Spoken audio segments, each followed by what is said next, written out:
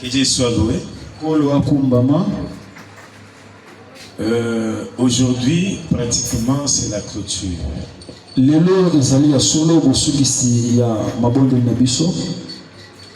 C'est la clôture de notre programme de prière.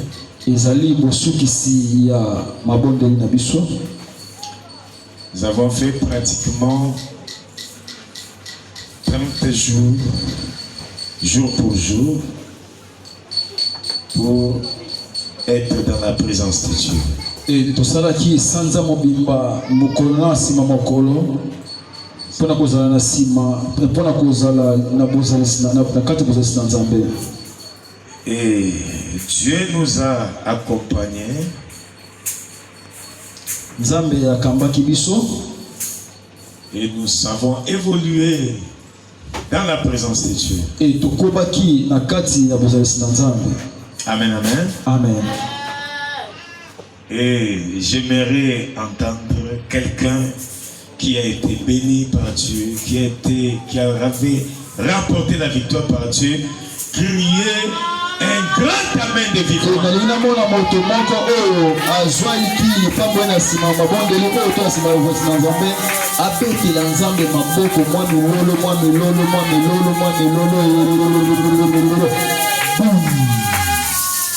Notre grand thème était intitulé La profondeur appelle la profondeur.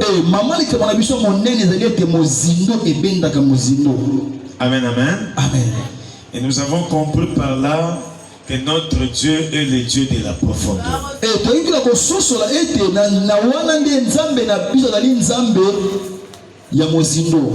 Amen, amen. Yes. C'est-à-dire, si nous voulons essayer un peu de nous référer par rapport à tout ce qui se passe dans la nature,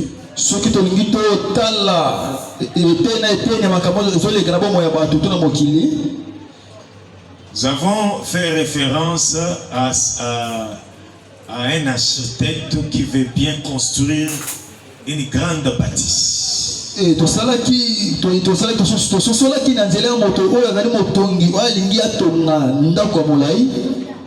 Il doit d'abord creuser en profondeur.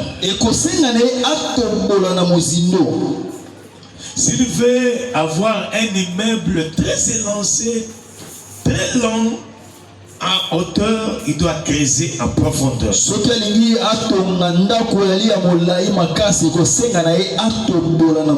Dans les choses de Dieu, si tu veux voir Dieu dans une autre dimension, agir d'une manière qu'il n'a jamais fait dans ta vie, il faut entrer en profondeur dans les choses de Dieu.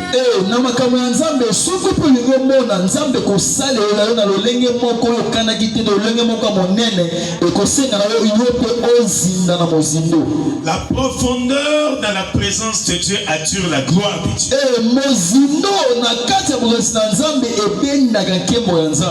Et ici, nous avons épinglé un petit sous-thème qui nous a amené dans ces 30 jours de prière, prier sans cesse.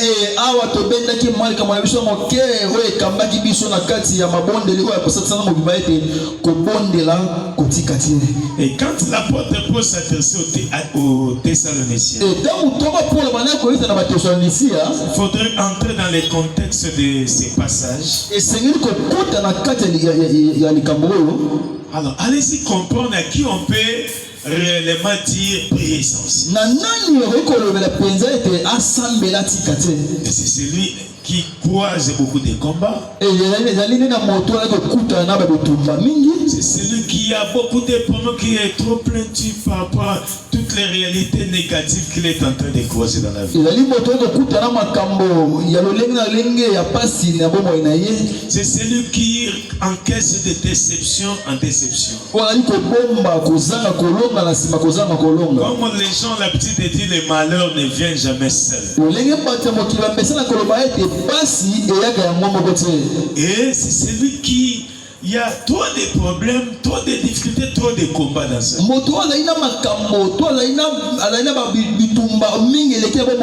À celui-là, l'apôtre Paul se permet aussi aux Thessaloniciens pour dire priez sans cesse. Et Thomas Paul yé a ne peut pas s'appelle na koloba na Thessaloniciens était bobonde la bonne botika te. Et quand quelqu'un prie, et tant moto sambela, il permet à Dieu de faire ce qu'il ne pouvait pas faire quand l'homme ne priait pas.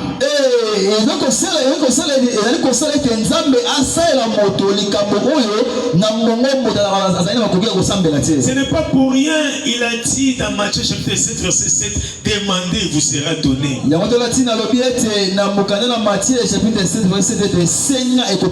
Cela veut dire, si vous ne demandez pas, Dieu n'agira pas aussi. Dieu connaît les désirs ardents de nos cœurs. Dieu connaissait aussi dans la tempête apaisée que ses disciples étaient tourmentés.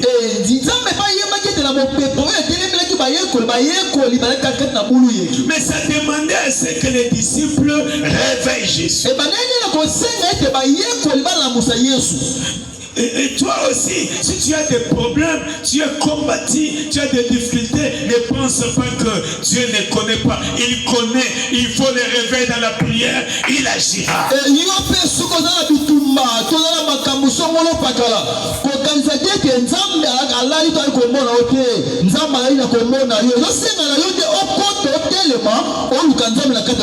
C'est pas pour rien qu'il a dit dans Hébreux chapitre 11 verset 6, sans la foi personne ne peut lui être agréable. Mais la deuxième partie qui nous concerne, Dieu est le rémunérateur de ceux qui les cherchent.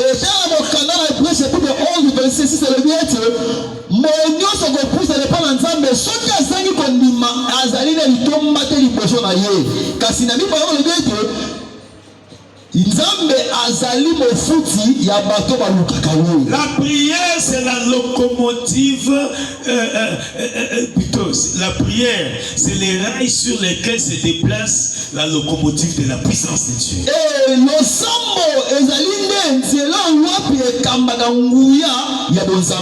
Amen, amen. Yes. La prière réduit la distance qui nous sépare avec Dieu.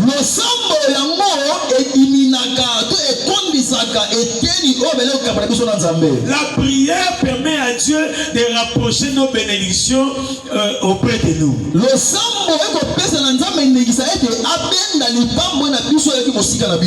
prière nous permet de devenir une flamme de feu afin d'embraser tous les œuvres du diable.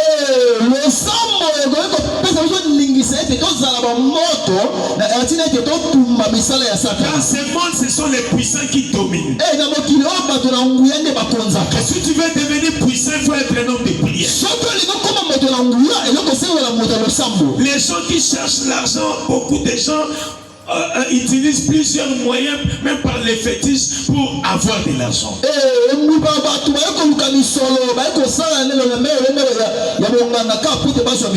Mais nous, enfants de Dieu, si nous voulons réussir dans ce monde, rapporter grande victoire, avoir beaucoup d'argent, attirer plus de faveurs de Dieu, les chemins c'est la prière.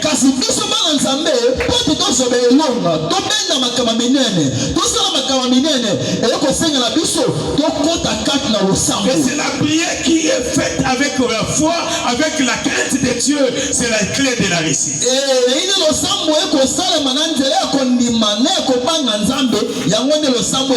Prier sans cesse, en réalité, ça fait allusion à quoi? Ça fait allusion à la persévérance dans la prière. La persévérance dans la prière. Celui qui prie et ne se relâche pas. Et celui qui prie et relâche, cela veut dire il empêche à Dieu de continuer à jouer dans sa vie.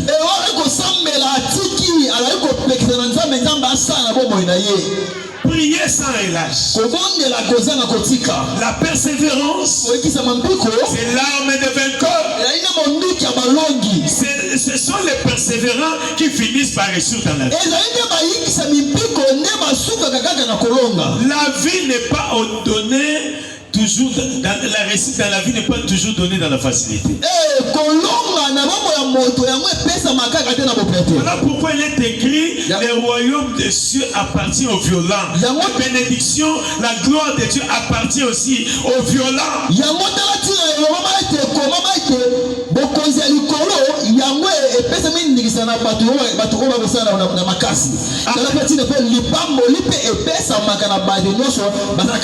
Un violent, c'est un persévérant. Et dans chaque domaine de la vie, si tu ne persévères pas, tu finiras pas par réussir, tu finiras pas par remporter des grandes victoires.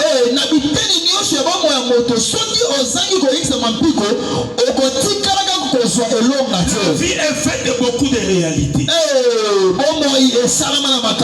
La vie est faite des combats, des épreuves.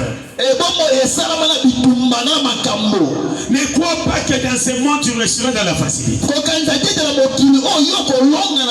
Et si tu veux réussir, tu dois persévérer. Si tu croises les obstacles, si tu croises les combats, si tu croises les gens qui s'opposent à toi,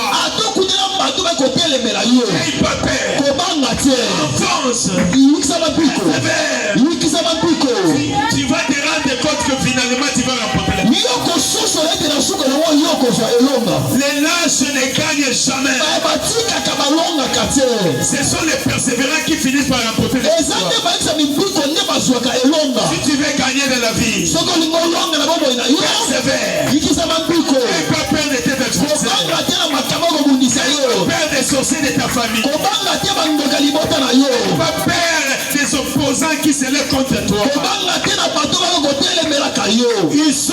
Ils sont forts dans l'apparence.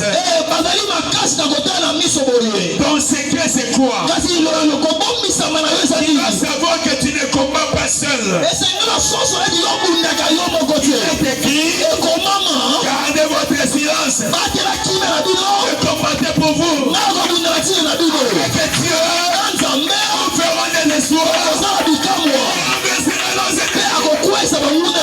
Dieu est avec toi. Tu n'es pas seul. La tempête apaisée. La tempête apaisée. Les disciples n'étaient pas seuls. Quel est le combat? Quelle est la tempête? Quelle est la réalité négative?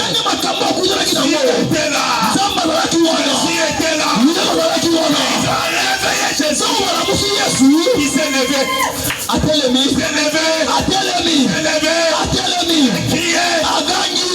Il a dit à la mer, tais-toi, dis au vent, et les eaux et les vents se sont tués. Il est écrit, il y a un grand calme. Avoir une paix que le monde ne peut pas donner dans ta vie.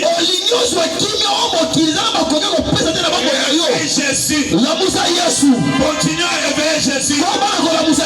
Si aujourd'hui tu ne vois rien, demain tu ne vois rien, tes prières seront exaucées par Dieu. La prière ne périt jamais. La prière ne meurt jamais.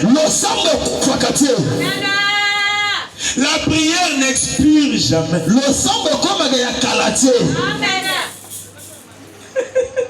La prière c'est comme une sémence. Toi tu peux oublier la prière que toi tu as faite. Mais Dieu a dit ceci. Celui qui a planté les oreilles, ne dit-il pas? Ses oreilles n'est pas dures pour entendre. Ses mains ne sont pas courtes. Même si on a caché ton argent dans les fonds des seaux, même si on a caché les partenaires, ton partenaire conjugal dans les fonds des seaux, dans la forêt, n'importe où, Dieu est capable de les localiser, de mettre sa main et de les arracher, de les ramener auprès de toi. nasa zamba nasa bebale nzamba na makoki ko semba loboko ko kende ko benda pe ko bimisa ye. Pendant que je parle, Là on a zo ba awa. dans la main de Dieu, Nazo mo loboko na dans la nzambe. main de Dieu qui n'est pas court, Nazo mo loboko na nzambe na mokusete. de localiser ton argent, Eka ko luka bisolo na yo. de localiser ta maison conjugale, Eka ko luka ndaku na libala.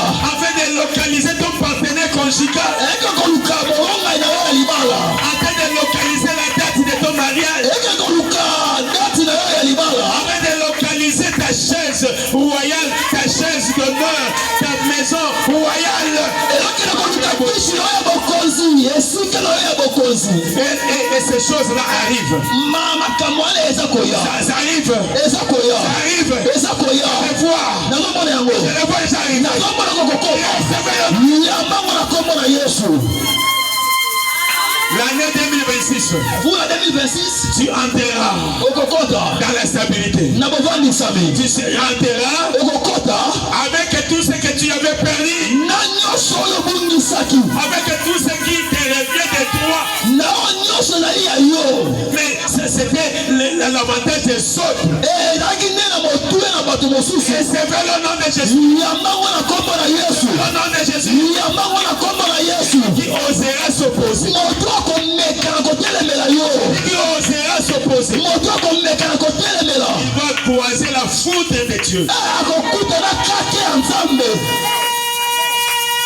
Qui a dit Amen? Nalobi amen. Qui a dit un Amen de vivant? Nalobi amen na bato na boboy.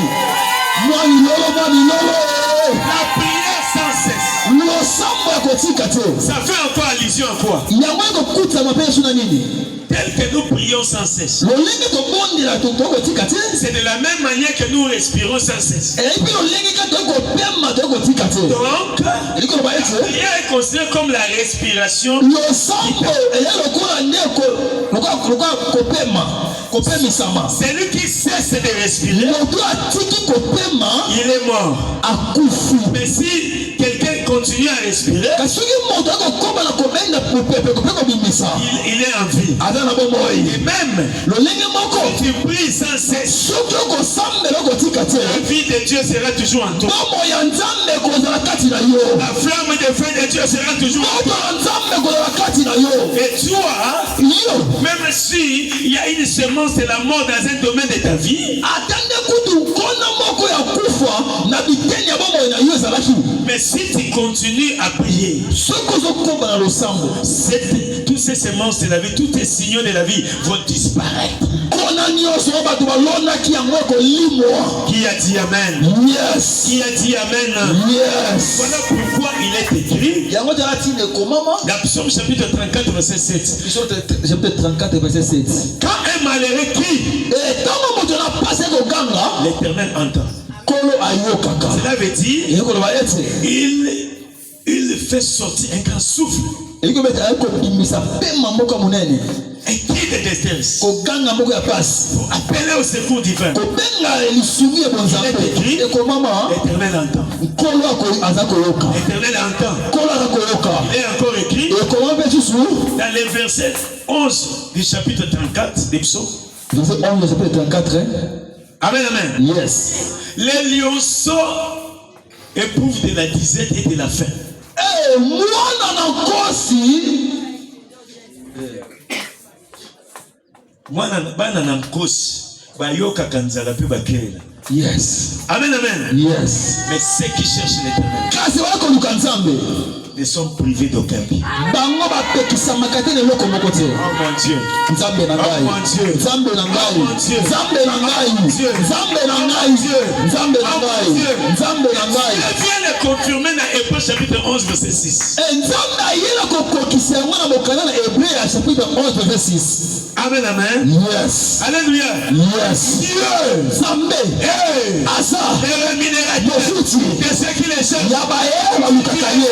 Dans la prière. Soki okopema kati na losambo. Il ne mourra pas. Okokufa te. Vivra. Okobika. Il ne mourra pas. Okokufa te. Vivra. Okobika. Il ne mourra pas. Okokufa te. Cette année, Ula oyo. il ira.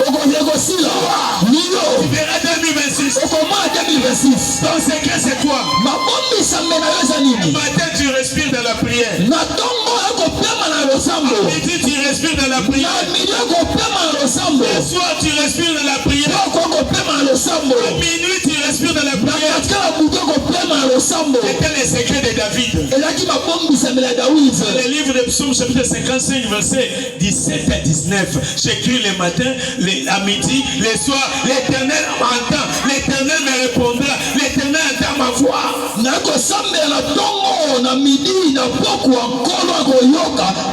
Voilà pourquoi il a fini par dire, je ne mourrai pas, je vivrai, je témoignerai les œuvres de l'Éternel. Respire dans la prière. Le matin, midi, le soir, minuit, l'Éternel finira. Tu ne mourras pas. L'année prochaine viendra. Tu ne monteras pas les décès de ta maison. Pendant que je parle, je vois tous les cadavres qui étaient placés mystiquement dans ta maison disparaissent maintenant. Cela retourne dans le cas de tes ennemis. Mais dans ton cas, à la lumière, à la gloire, à la bénédiction, à l'abondance, à la stabilité, à la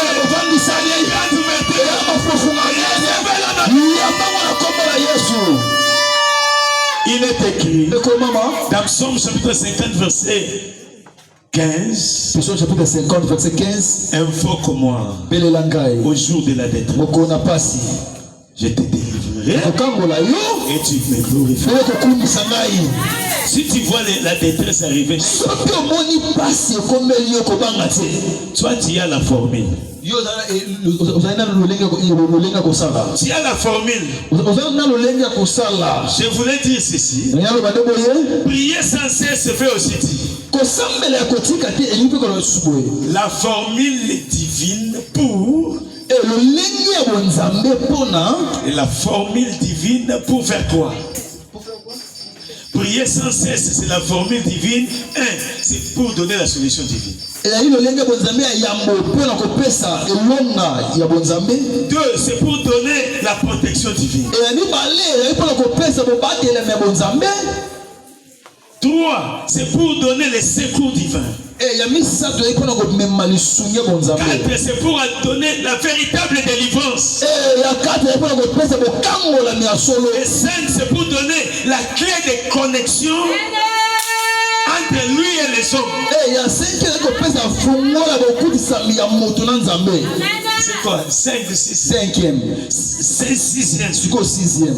C'est pour donner la paix, la joie et la véritable victoire qui vient de Dieu.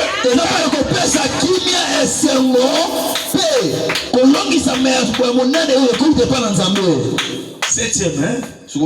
La prière sans cesse, c'est la formule divine pour faire quoi encore? C'est pour attirer la gloire de Dieu ou pour manifester la gloire de Dieu sur la terre.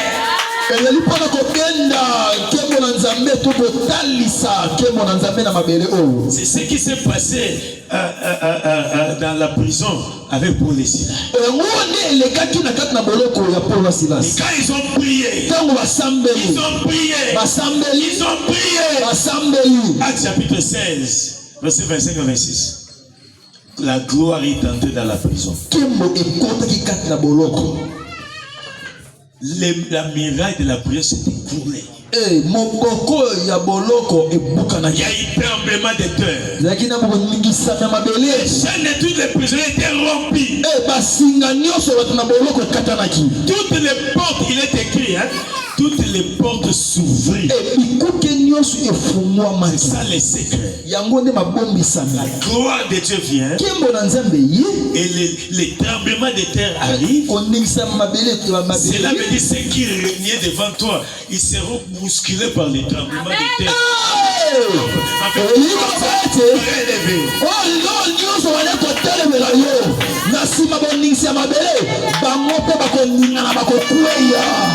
Quand les mirailles vont tomber, cela veut dire toutes les barrières dans ta vie vont aussi tomber. chaînes de tous les prisonniers furent rompues. Cela veut dire les chaînes qui t'enchaînaient, les chaînes qui enchaînaient ton entourage, ta famille, ta belle famille, ton partenaire conjugal. Toutes ces chaînes-là seront rompues par toi, par toi, par toi, par toi. basinga nyonso oyo ekokanga libota mpona kokende liboso te ekomona bolamu te nyonso ekokweya na nzela na yo. Et je les confirme. Après 30 jours de prière, je les confirme qu'il y a eu tremblement de terre. Les ennemis sont tombés. Il y a eu maintenant renversement des murailles. Toutes les barrières devant toi sont tombées. Il y a eu maintenant une coupure de tous les liens de prisonniers qui t'entouraient dans ta famille, dans ta maison et partout tu es. Et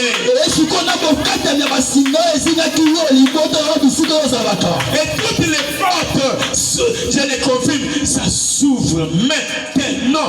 Maintenant, la porte de Jésus, la porte de l'élévation, la porte du bonheur, la porte des finances, je les confirme.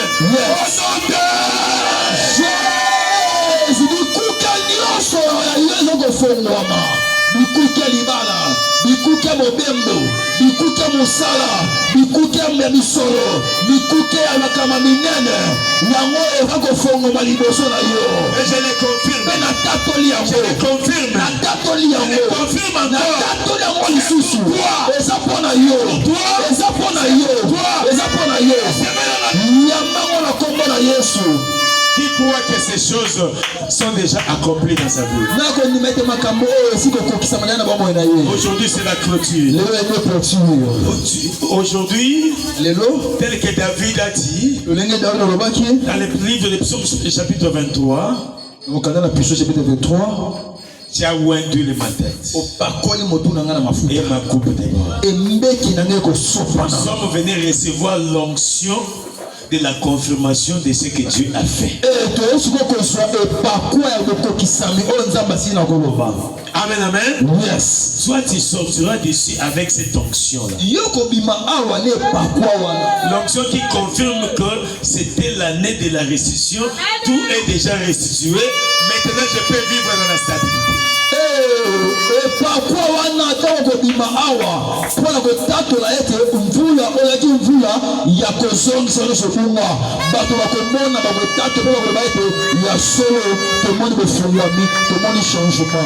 Maintenant tu peux vivre dans la stabilité.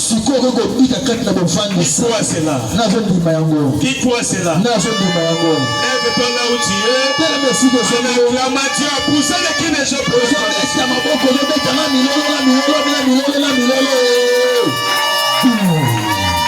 Gloire au Seigneur.